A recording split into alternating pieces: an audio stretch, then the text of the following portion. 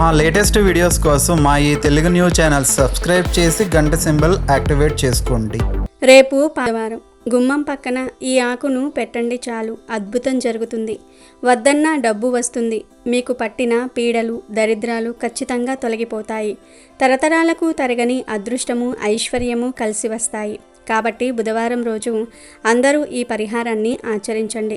ఎవరైతే అప్పుల బాధలు ఉన్నాయి, అప్పులు తీరటం లేదు అని బాధపడుతూ ఉంటారో వారు ఈ పరిహారం చేసుకుంటే చాలా చక్కటి ఫలితాలు వస్తాయి. ఈ పరిహారాన్ని పరిపూర్ణ నమ్మకంతో చేసుకుంటే అద్భుత ఫలితాలు వస్తాయి. మానవ జీవితంలో వచ్చే కష్టాలన్నీ కూడా పోతాయి. మీ జీవితం అద్భుతంగా మారిపోతుంది. అన్ని రకాల కష్టాలు పోతాయి. మరి ఇంతకీ బుధవారం రోజు గుమ్మం పక్కన ఏ ఆకును పెట్టాలి అనే విషయాన్ని ఇప్పుడు మనం ఈ వీడియోలో వివరంగా తెలుసుకుందాం. కన్నా ముందు గోత్ర కథను విందాం. ఫ్రెండ్స్, వీడియోని చివరి వరకు స్కిప్ చేయకుండా చూడండి. అలాగే జై శ్రీరామ్ అని ఒక కమెంట్ పెట్టండి. చాలా కాలం క్రితం ఒకానొక నగరంలో శ్యామ్ లాల్ అనే ఒక గొప్ప ధనవంతుడు ఉండేవాడు. అతని ఇంట్లో సిరి సంపదలకు సుఖ సంతోషాలకు ఏమాత్రం లోటు ఉండేది కాదు. అతనికి చాలా అందమైన గుణవంతురాలైన భార్య, అలాగే 10 సంవత్సరాల వయసున్న ఒక చురుకైన కొడుకు ఉన్నారు. వారి కుటుంబం చాలా సాఫీగా ఆనందంగా ఎలాంటి కష్టాలు లేకుండా సాగిపోతూ ఉండేది. అయితే కాలం ఎప్పుడూ ఒకేలా ఉండదు కదా. విధి ఆడిన నాటకంలో ఆ ధనవంతుడి కుటుంబంలో అనుకోని ఒక పెద్ద విషాదం చోటు చేసుకుంది. శ్యామ్లాల్కు అతని భార్యకు ఇద్దరికీ ఒకేసారి తీవ్రమైన అనారోగ్యం సోకింది. ఎంతమంది వైద్యులకు చూపించినా, ఎంత డబ్బు ఖర్చు పెట్టినా వారి జబ్బు నయం కాలేదు. రోజురోజుకు వారి పరిస్థితి దిగజారిపోతూ వచ్చింది. కళ్ళ ముందే తన తల్లిదండ్రులు ఆ విధంగా మంచాన పడి నరకం అనుభవిస్తుంటే ఆ 10 ఏళ్ల చిన్నపిల్లోడు ఏమీ చేయలేక కన్నీరు మున్నీరుగా విలపించేవాడు. విధి వక్రీకరించి కొద్ది రోజుల వ్యవధిలోనే తల్లిదండ్రులిద్దరూ మరణించారు. అప్పటిదాకా ఎంతో గారబంగా పెరిగిన ఆ 10 ఏళ్ల కుర్రాడు ఒక్కసారిగా అనాథైపోయాడు. అయితే ఆ కుర్రాడి వయసు చిన్నదే అయినా అతనిలో అపారమైన ధైర్యం, పరిస్థితులను ఎదుర్కొనే తెగువ చాలా ఎక్కువగా ఉన్నాయి. తల్లిదండ్రులు లేకపోయినా కన్నీళ్లు దిగమింగుకుని వారు తన కోసం వదిలి వెళ్లిన ఆస్తిని ధనాన్ని చాలా జాగ్రత్తగా పొదుపుగా వాడుకుంటూ పెరగసాగాడు. అలా 10 ఏళ్లు గడిచాయి. ఆ కుర్రాడిప్పుడు 20 ఏళ్ల యువకుడయ్యాడు. కానీ ఇన్నేళ్లలో అతని దగ్గర ఉన్న డబ్బంతా మెల్లమెల్లగా కరిగిపోతూ వచ్చింది. ఇక లాభం లేదు. మిగిలిన ఈ కొద్దిపాటి డబ్బుతో తాను పక్క ఊరికి వెళ్ళి ఏదైనా ఒక మంచి వ్యాపారం మొదలు పెట్టాలి అని నిర్ణయించుకున్నాడు. వ్యాపారం చేసి బాగా డబ్బు సంపాదించి తన తల్లిదండ్రులు ఉన్నప్పుడు తాను ఎలాంటి రాజభోగాలు అనుభవించాడో మళ్ళీ అలాంటి జీవితాన్ని నిర్మించుకోవాలి అనుకున్నాడు. ఆర్థికంగా స్థిరపడిన తర్వాత ఒక అందమైన గుణవంతురాలైన రాజకుమారిని పెళ్లి చేసుకుని జీవితాంతం సంతోషంగా ఉండాలి అని కలగన్నాడు. వెంటనే తన దగ్గర మిగిలి ఉన్న డబ్బంతా ఒక చిన్న మూటగా కట్టుకుని పక్క ఊరికి ప్రయాణమయ్యాడు. ఉదయాన్నే ఉత్సాహంగా బయలుదేరిన ఆ యువకుడికి మధ్యాహ్నం అయ్యేసరికి ఎండ తీవ్రత వల్ల బాగా అలసట వచ్చేసింది. సూర్యుడు నడినెత్తిన ఉండి నిప్పులు చెరుగుతున్నాడు. ఆ మండుటెండలో కాలినడకన ప్రయాణం చేయడం అతనికి అసాధ్యంగా అనిపించింది. బాగా నీరసించిపోయిన అతను దారి పక్కనే ఉన్న ఒక పెద్ద మర్రి చెట్టును చూసి దాని నీడలో కాసేపు విశ్రాంతి తీసుకుందామని అక్కడికి వెళ్ళాడు. తన దగ్గర ఉన్న డబ్బు మూటను తలకింద పెట్టుకుని ఆ చెట్టు చల్లని గాలికి అలా కళ్ళు మూశాడు. ఆ అలసట వల్ల అతనికి తెలియకుండానే గాఢ నిద్రలోకి జారుకున్నాడు. అలా కొన్ని గంటలు గడిచిపోయాయి. సడన్గా అతనికి మెలకు వచ్చేసరికి అతని గుండె గుభేల్మంది. అతని ముందు కరుడు గట్టిన కొంతమంది దొంగల ముఠా నిలబడి ఉంది. ఆ ముఠా నాయకుడు కత్తి చూపిస్తూ, ఒరే, నీ దగ్గర ఉన్న ఆ డబ్బు మూటను నాకు మర్యాదగా ఇచ్చేయి. లేదు, నా మాట కాదని ఎదురు తిరిగావు, నిన్నిక్కడే ఈ చెట్టు కిందే నరికేస్తాను అని బెదిరించాడు. ఆ యువకుడు ఒక్క క్షణం ఆలోచించాడు. వీళ్లతో పోరాడి ప్రాణాలు పోగొట్టుకుంటే తన కలలన్నీ ఇక్కడితో అంతమైపోతాయి. ప్రాణాలుంటే డబ్బును మళ్ళీ ఎలాగైనా సంపాదించుకోవచ్చు అని తన విచక్షణను ఉపయోగించి తన దగ్గర ఉన్న డబ్బు మూటను ఆ దొంగలకు ఇచ్చేశాడు. దొంగలు ఆ డబ్బు తీసుకుని అక్కడి నుండి వెళ్ళిపోయారు. అప్పటిదాకా ఎన్నో ఆశలతో ప్రయాణం మొదలుపెట్టిన ఆ కుర్రాడు ఇప్పుడు చేతిలో చిల్లి గవ్వలేని భికారిలా మారిపోయాడు. ఇదంతా జరిగేసరికి సాయంత్రం అయిపోయింది. నెమ్మదిగా సూర్యుడస్తమిస్తున్నాడు. దట్టమైన ఆ అడవిలో చీకట్లు కమ్ముకుంటున్నాయి. ఆ అడవిలో క్రూర జంతువులు సంచరించే సమయం అది. ముందుకు వెళ్ళినా వెనక్కి వెళ్ళినా ప్రాణాలకు ప్రమాదమే అని గ్రహించిన ఆ యువకుడు ఈ రాత్రికి ఎలాగైనా ఈ చెట్టుపైనే తలదాచుకోవాలి అనుకుని ఆ పెద్ద మర్రి చెట్టు పైకెక్కి ఒక దృఢమైన కొమ్మ మీద కూర్చున్నాడు. ప్రాణభయంతో బిక్కుబిక్కుమంటూ ఉదయం ఎప్పుడవుతుందా అని ఎదురుచూస్తూ ఉన్నాడు. సరిగ్గా అర్ధరాత్రి 12 గంటల సమయమైంది. అంతకంటే ముందే భయంతో వణికిపోతున్న ఆ యువకుడికి గుండె ఆగిపోయే దృశ్యం కనిపించింది. ఆ చెట్టు కిందకి 4 భయంకరమైన ప్రేతాలు అంటే దయ్యాలు వచ్చి కూర్చున్నాయి. వాటిని చూడగానే అతనికి చెమటలు పట్టేశాయి. కాని ఏమాత్రం శబ్దం చేయకుండా తన శ్వాసను కూడా బెగపట్టి ఆ ప్రేతాలు ఏం మాట్లాడుకుంటున్నాయో వినడం మొదలుపెట్టాడు. ఆ 4 ప్రేతాలలో ఒక ప్రేతం ఇలా అంది: సూర్యవంశానికి చెందిన రాజకుమారి చంద్రకళ గురించి మీకు తెలుసా? ఆమె ఎంతో అందగత్తె, గుణవంతురాలు. ఇప్పుడు ఆమెకు 16 ఏళ్ళు. కాని ఆమె తండ్రి ఎంతో క్రూరుడు. పక్క రాజ్యానికి చెందిన ఒక ముసలి రాజుతో ఆ చిన్నారి వివాహం నిశ్చయించాడు. ఆ ముసలివాడి వయసు 70 ఏళ్ళు. అంత చిన్నపిల్లను ఆ ముసలివారికిచ్చి పెళ్లి చేయడం ఎంత దారుణమో కదా అని బాధపడింది. అప్పుడు రెండో ప్రేతం కలది చేసుకుని, అవును, అది చాలా ఘోరమైన విషయం. కాని అంతకంటే ఘోరమైన విషయం మరొకటుంది. రాజకుమారి చంద్రకళ ఆ పెళ్లికి ఏమాత్రం ఇష్టపడడం లేదు. ఒకవేళ తన తండ్రి బలవంతంగా ఆ ముసలిరాజుతో పెళ్లి చెయ్యాలని చూస్తే పెళ్లికి ముందే విషం తాగి తన ప్రాణాలు తీసుకోవాలని ఆమె దృఢంగా నిశ్చయించుకుంది. ఆ పసిపిల్ల పరిస్థితి తలుచుకుంటే నాకు చాలా జాలిగా ఉంది అని చెప్పింది. అప్పుడు మూడో ప్రేతం మాట్లాడుతూ, మనం గత జన్మలో మనుషులుగా పుట్టినప్పుడు ఎన్నో ఘోరమైన పాపాలు, చెడ్డకర్వలు చేశాము. అందుకే మనకు ఈ దయ్యాల జన్మ వచ్చి ఈ అడవిలో పడి కష్టాలనుభవిస్తున్నాము. మనం గనుక ఇప్పుడు ఆ రాజకుమారికి సహాయం చేసి ఆమె ప్రాణాలు కాపాడితే మన పాపాలన్నీ తొలగిపోయి మనకు మళ్ళీ పుణ్యగతులు లభిస్తాయి, మంచి జన్మ వస్తుంది. మనం తప్పకుండా ఆ రాజకుమారికి సహాయం చేయాలి అంది. అప్పుడు 4వ ప్రేతం నిట్టూరుస్తూ, నువ్వు చెప్పేదంతా బాగానే ఉంది. కానీ మనం ఆమెకు ఎలా సహాయం చేయగలం? మనకు కంటికి కనిపించే శరీరాలు లేవు కదా. మనం ఏ పని చేయలేము. ఎవరైనా ఒక మనిషి మనకు సహాయం చేస్తే తప్ప మనం ఆ రాజకుమారిని కాపాడలేము. కానీ ఈ దట్టమైన అడవిలో అర్ధరాత్రి పూట మనకు మనిషి ఎక్కడ దొరుకుతాడు? భగవంతుడు ఏదైనా మాయ చేసి ఒక మనిషిని మన దగ్గరకు పంపిస్తే బాగుండు అని అంది. ఈ మాటలన్నీ చెట్టు మీద నుండి వింటున్న ఆ యువకుడికి ధైర్యం వచ్చింది. రాజకుమారి గురించి వినగానే అతని మనసులో ఆమె పట్ల ఇష్టం ఏర్పడింది. ఎలాగైనా ఆ రాజకుమారిని కాపాడాలని అనుకుని ధైర్యం చేసి చెట్టు మీద నుండి కిందకు దిగి ఆ ప్రేతాల ముందుకు వెళ్ళాడు. నేను మీ మాటలన్నీ విన్నాను. దయ్యాలుగా ఉన్నా సరే మీలో ఇతరులకు మేలు చేయాలనే మంచి గుణం ఉన్నందుకు నాకు చాలా సంతోషం. మీరు కోరుకున్నట్లే నేను ఆ రాజకుమారికి సహాయం చేయడానికి సిద్ధంగా ఉన్నాను. నేను ఏం చెయ్యాలో చెప్పండి అని అన్నాడు. ఆ యువకుణ్ణి చూడగానే ఆ ప్రేతాలు ఎంతో సంతోషించాయి. అందులో ఒక ప్రేతం అతనితో ఇలా చెప్పింది: నువ్వు మాకు సహాయం చేయడానికి ముందుకు రావడం చాలా సంతోషం. కానీ మేము నీకు ఒక షరతు విధిస్తున్నాము. నువ్వు రాజకుమారిని కాపాడిన తర్వాత ఈరోజు రాత్రి జరిగిన ఈ సంఘటన గురించి గాని మా గురించి గాని జీవితంలో ఎప్పటికీ ఎక్కడా ఎవరికీ చెప్పకూడదు.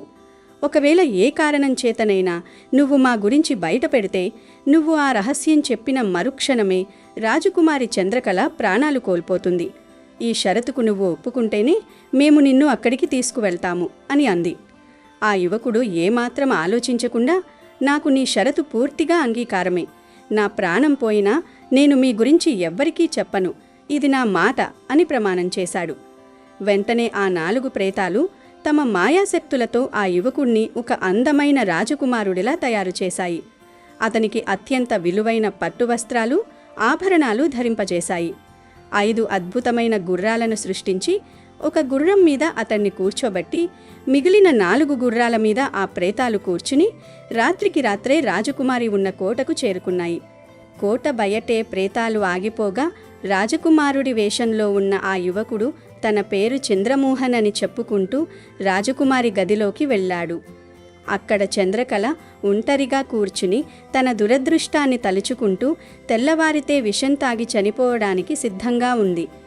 చంద్రమోహన్ ఆమె దగ్గరకు వెళ్ళి, రాజకుమారి, భయపడకు. నా పేరు చంద్రమోహన్. నీ గురించి, నీకు జరగబోయే అన్యాయం గురించి నాకంతా తెలుసు. నిన్ను ఆ ముసలిరాజు బారి నుండి కాపాడి ఇక్కడి నుండి తీసుకువెళ్లడానికే నేను వచ్చాను. నన్ను నమ్ము అని ఎంతో ఆప్యాయంగా చెప్పాడు. అతని అందం, అతని మాటల్లోని నిజాయితీ చూసిన రాజకుమారికి అతని మీద వెంటనే ప్రేమ పుట్టింది. తన ప్రాణాలు కాపాడడానికి వచ్చిన అతన్ని వివాహం చేసుకోవడానికి ఆమె సిద్ధపడింది. వెంటనే చంద్రమోహన్ ఆమెను తన గుర్రం మీద ఎక్కించుకుని అక్కడి నుండి బయలుదేరాడు. వారి వెనకాలే ఆ ప్రేతాలు కూడా రక్షణగా వచ్చి మొదట తాము కలిసిన ఆ మర్రి చెట్టు దగ్గరకు వారిని చేర్చాయి. ప్రేతాలు రాజకుమారి కంటికి కనిపించలేదు. అప్పుడు ప్రేతాలు చంద్రమోహన్తో, "నువ్వు ఈ రాజకుమారిని తీసుకుని నీ ఇంటికి వెళ్ళిపో. ఆమెను పెళ్లి చేసుకుని సుఖంగా ఉండు. నీకు ఎప్పుడైనా ఎలాంటి ఆపద వచ్చినా ఈ చెట్టు దగ్గరకు వచ్చి మమ్మల్ని తలుచుకో. మేము వెంటనే వచ్చి నీకు సహాయం చేస్తాము. కానీ గుర్తుంచుకో, మా గురించి ఎవరికైనా చెప్పితే మాత్రం రాజకుమారి వెంటనే చనిపోతుంది" అని హెచ్చరించాయి. చంద్రమోహన్ రాజకుమారిని తీసుకుని తన సొంత ఊరికి వెళ్ళాడు. కానీ అక్కడ అతని అసలు పరిస్థితి చూసి రాజకుమారి చంద్రకళ ఆశ్చర్యపోయి తీవ్రమైన షాక్కు గురైంది. చంద్రమోహన్ ఒక రాజకుమారుడు అని ఆమె అనుకుంది. కానీ తీరా చూస్తే అతను ఎంతో పేదరికంలో ఉన్నాడు. అతని ఇల్లు ఒక పాడుబడిన గుడిసెలాగా ఏ క్షణమైనా కూలిపోయేలా ఉంది. "నేను ఎంతో అందమైన రాజభవనంలో పెరిగాను. నా పరిస్థితి ఇలా అయిపోయిందేమిటి? ఈ పేదవాడిని నమ్మి ఈ పాడుబడిన గుడిసెలోకి వచ్చానేమిటి?" అని ఆమె గుండె పగిలేలా ఏడవడం మొదలుపెట్టింది. తన భార్య పడుతున్న బాధను చూసి చంద్రమోహన్ తట్టుకోలేకపోయాడు. వెంటనే అతనికి ఆ ప్రేతాలు ఇచ్చిన వరం గుర్తుకొచ్చింది. ఎవరికీ చెప్పకుండా రహస్యంగా అడవిలోకి వెళ్ళి ఆ చెట్టు కింద నిలబడి ప్రేతాలను తలుచుకున్నాడు. వెంటనే ఆ 4 ప్రేతాలు ప్రత్యక్షమయ్యాయి. చంద్రమోహన్ వాటితో, "నేను ఆ రాజకుమారిని పెళ్లి చేసుకున్నాను. కానీ నా పేదరికం చూసి, నా గుడిసెను చూసి ఆమె ఎంతో నరకం అనుభవిస్తోంది. దయచేసి నా పాడుబడిన ఇంటిని ఒక పెద్ద రాజమహల్లాగా మార్చేయండి. అందులో సకల సౌకర్యాలు ఏర్పాటు చేయండి" అని బతిమిలాడాడు. ప్రేతాలు సరేనని చెప్పి తమ మాయాశక్తితో అతని ఇంటిని ఒక అద్భుతమైన రాజభవనంగా మార్చేశాయి. చంద్రమోహన్ తిరిగి ఇంటికి వచ్చేసరికి అక్కడ కూలిపోయే గుడిసె స్థానంలో ఒక అద్భుతమైన రాజభవనం ఉంది. అది చూసి అతను ఎంతో సంతోషించాడు.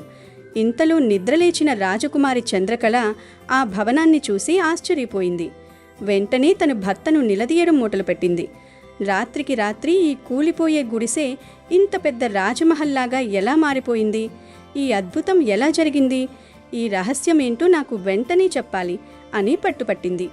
అప్పుడు చంద్రమోహన్ కంగారు పడుతూ, "ఇది నా జీవితంలో ఒక పెద్ద రహస్యం. దీన్ని నేను నీకు చెప్పలేను. దయచేసి నన్ను బలవంతం చేయకు" అని మాట దాటవేసి అక్కడి నుండి వెళ్ళిపోయాడు. కానీ రాజకుమారి మనసులో ఆ అనుమానం అలాగే ఉండిపోయింది. సాయంత్రం అతని ఇంటికి రాగానే మళ్ళీ అదే గొడవ మొదలుపెట్టింది. తన భర్త ఏదో పెద్ద మాయ చేశాడని, ఆ రహస్యం తెలుసుకోకుండా తను నిద్రపోనని మొండికేసింది. చంద్రమోహన్ ఎంత నచ్చజెప్పినా ఆమె వినలేదు. కోపంతో జుట్టు విరబోసుకుని వస్తువులు విసిరేస్తూ పెద్ద పెద్ద కేకలు వేస్తూ ఇల్లంతా గందరగోళం చేసింది. "నువ్వు గనక ఈ రహస్యం నాకు చెప్పకపోతే తెల్లవారేలోపు నేను నా ప్రాణాలు తీసుకుంటాను" అని బెదిరించింది. చంద్రమోహన్కు ఏం చెయ్యాలో పాలుపోలేదు. ఒక పక్క తాను చేసిన ప్రమాణం, చెప్పితే భార్య చనిపోతుందన్న భయం, మరో పక్క భార్య చేస్తున్న తీవ్రమైన మానసిక ఒత్తిడి. ఆమె ఏడుపు చూడలేక, ఆమె మొండితనాన్ని తట్టుకోలేక ఆమెను శాంతపరచాలనే ఉద్దేశంతో ఎంతో విచారంగా అసలు నిజం చెప్పడానికి సిద్ధమయ్యాడు.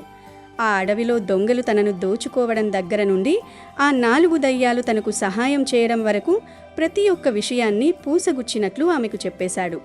అతను ఆ మాటలు చెప్పడం పూర్తవ్వకముందే ఘోరం జరిగిపోయింది.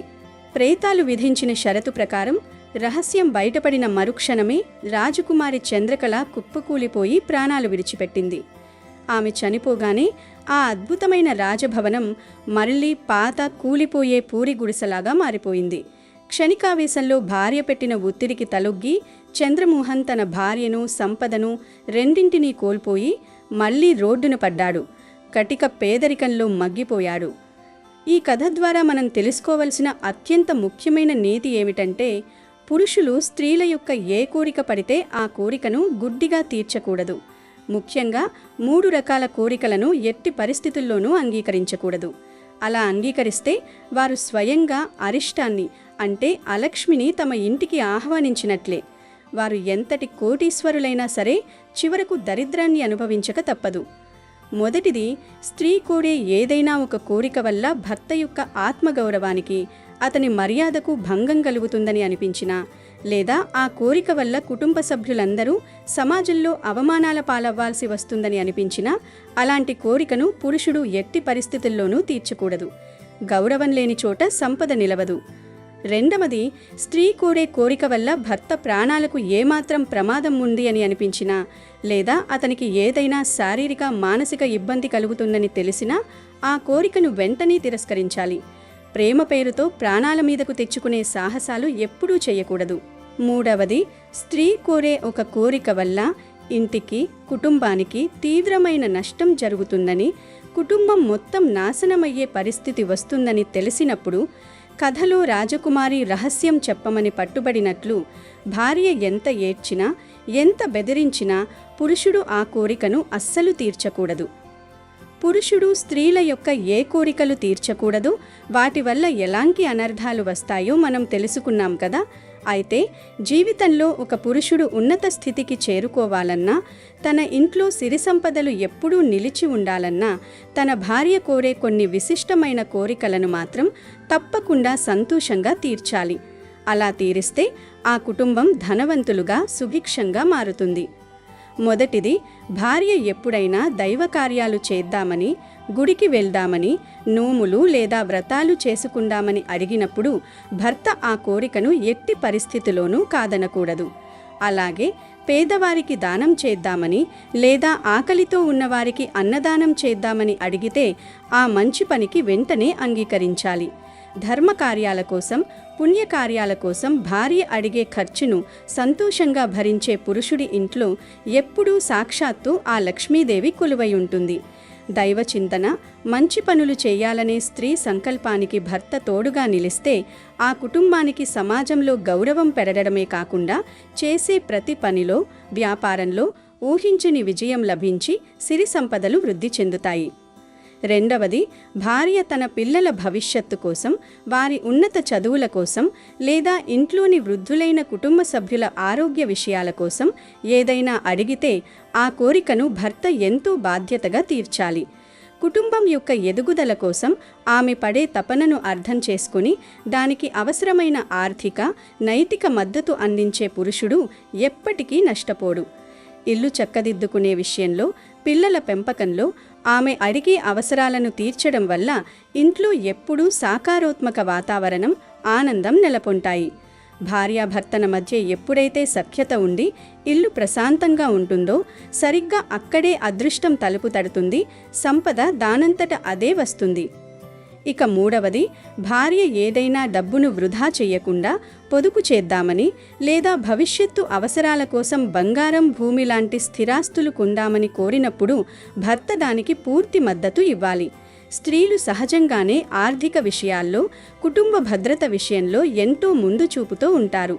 తన భర్త కష్టపడి సంపాదించిన డబ్బు గాలికి పోకుండా రేపటి అవసరాల కోసం ఆమె చేసే పొదుపు ఆలోచనలను గౌరవించి ఆ కోరికలను తీర్చే పురుషుడు జీవితంలో ఎన్నటికీ కష్టాల పాలు కాడు. ఇలా ధర్మం, కుటుంబ శ్రేయస్సు, పొదుపు అనే ఈ 3 అద్భుతమైన విషయాలకు సంబంధించిన కోరికలను మనస్ఫూర్తిగా తీర్చే భర్త జీవితంలో కటిక పేదరికంలో ఉన్నా సరే అతి త్వరలోనే అన్ని అడ్డంకులను అధిగమించి కోటీశ్వరుడిగా ఎదుగుతాడు. తన కుటుంబాన్ని అష్టైశ్వర్యాలతో సుభిక్షంగా ఉంచుకుంటాడు. ఇక వీడియోలోకి వస్తే, మన సాంప్రదాయంలో గుమ్మానికి ఎంతో ప్రాధాన్యత ఉంది. భారతదేశంలో ఏ ఇంటికి వెళ్ళినా గుమ్మం ఉంటుంది. గుమ్మం లేకుండా ఇల్లు కట్టరు. అయితే ఈ గుమ్మం పక్కన బుధవారం రోజు ఒక ఆకును పెడితే చాలు వద్దన్న ధనం వస్తుంది అని పెద్దలు చెప్తూ ఉన్నారు. మరి ఆ ఆకు ఏమిటి అంటే మందార ఆకు. అవును, బుధవారం రోజు చక్కగా ఒక పెద్ద సైజు మందార ఆకు తెచ్చుకుని దాని మీద పసుపుతో స్వస్తిక్ గుర్తును వేయండి. తర్వాత ఈ మందార ఆకును మీ మెయిన్ డోర్ గుమ్మానికి కుడివైపున పెట్టండి. ఆ తర్వాత ఈ ఆకు మీద పట్టినంత గల్లులుప్పు వేయండి. అలా గల్లులుప్పు వేయటం వలన మీ ఇంట్లోకి ఎటువంటి నెగిటివ్ ఎనర్జీ, దుష్ట శక్తులు రాకుండా ఉంటాయి. ఉప్పుకు చాలా శక్తులు ఉన్నాయి. మన జీవితాన్ని అద్భుతంగా మార్చగలిగే శక్తి ఉప్పుకు ఉంది కనుక మందార ఆకును తెచ్చుకొని దాని మీద స్వస్తిక్ గుర్తుని వేసి ఆ ఆకు మీద పట్టినంత గల్లులుప్పుని వేసి గుమ్మం పక్కన పెట్టండి. బుధవారం రోజు ఇలా పెడితే లక్ష్మీదేవి అనుగ్రహం లభిస్తుంది. గణపతి అనుగ్రహంతో మీకు ఉండే కష్టాలు, సమస్యలు, అప్పుల బాధలు అన్నీ కూడా పోతాయి. ఇలా పెట్టిన మందార ఆకును, ఉప్పును 24 గంటల తర్వాత తీసేసి మురికి కాలువలలో పడవేయాలి. ఇలా ఈ చిన్న పరిహారం చేసుకోవటం వలన చాలా అద్భుతమైన ఫలితాలు వస్తాయి. ధనలాభం కలుగుతుంది, వద్దన్నా ధనం వస్తుంది. కాబట్టి మీరు కూడా బుధవారం రోజున గుమ్మం పక్కన మందార ఆకును పెట్టి ఇప్పుడు మనం చెప్పుకున్న విధంగా చేసి శుభ ఫలితాలను పొందండి. వీడియో నచ్చితే లైక్ చేయండి, షేర్ చేయండి, బట్ సబ్స్క్రైబ్ చేసుకోవడం మర్చిపోవద్దు.